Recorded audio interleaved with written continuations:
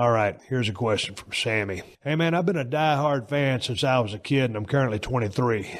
My question is, how do wrestlers work out effectively when they're on the road traveling all the time? I'm a traveling salesman and I stay in Hampton Inns, Holiday Inns, and Hilton Garden Inns 300 days a year.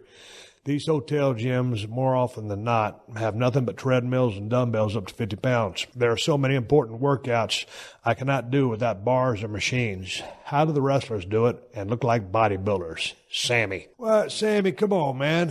50-pound dumbbells are 50-pound dumbbells. Your cardio is your cardio, man. If you just make up a circuit when you're in those Garden Inns and those Hampton Inns, Holiday Inns, dude, I've stayed at 1,000,000 of those places where all they got is 50-pound dumbbells, so I know exactly what you're talking about. And I think that they don't want to go any heavier than that because they don't want a liability. They're not going to have those 100-pound dumbbells in there for someone to go in there and get hurt. Ain't nobody going to get hurt, but I just think that's what they do over there.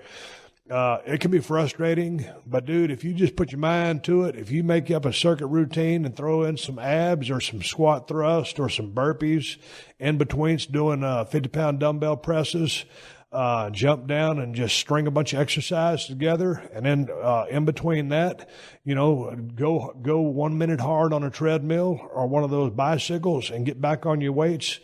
There's so many ways that you can mess with those, make yourself up a little cycle while you're there of just a cycle of exercises and train your whole body. Yeah, we spent, all those days a year on the road. And the thing about it is, when you get into a new territory, you start hanging out with the guys and you learn where every gym in the United States is. Well, all the good gyms.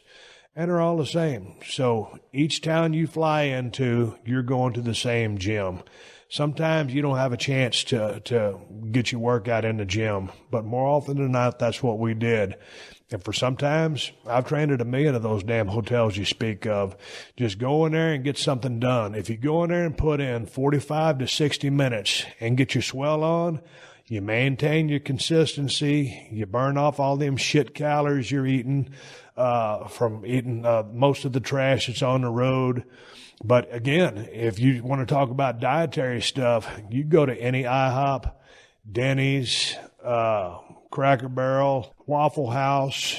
If you get grilled chicken, egg whites, steamed hash browns from Waffle House, you can eat clean in any restaurant you go to. If you only see a string of McDonald's, Burger Kings, and Wendy's, you just go through the drive-through window and get either chicken or hamburgers and throw the bread away and just eat the meat. You don't need to go keto, but you don't need all that white starchy stuff in that bread. So it's easy, very easy to eat on the road.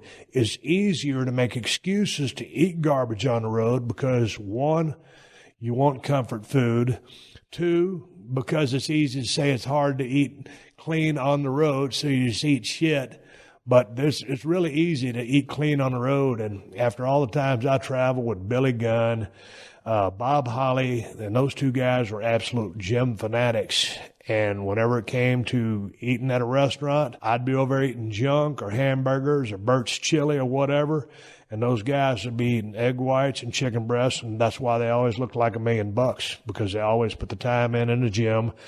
And neither one of them drank as much as I did. Well, I don't even think Bob even drank. Billy would have some cocktails with me, but we were so active in the ring, doing cardio when we was at the gym, making the rounds. But that 15 to 25 minutes every single night in that squared circle would burn so many calories, and you get your heart rate up so high, man, you could almost eat like shit and damn near be a body guy.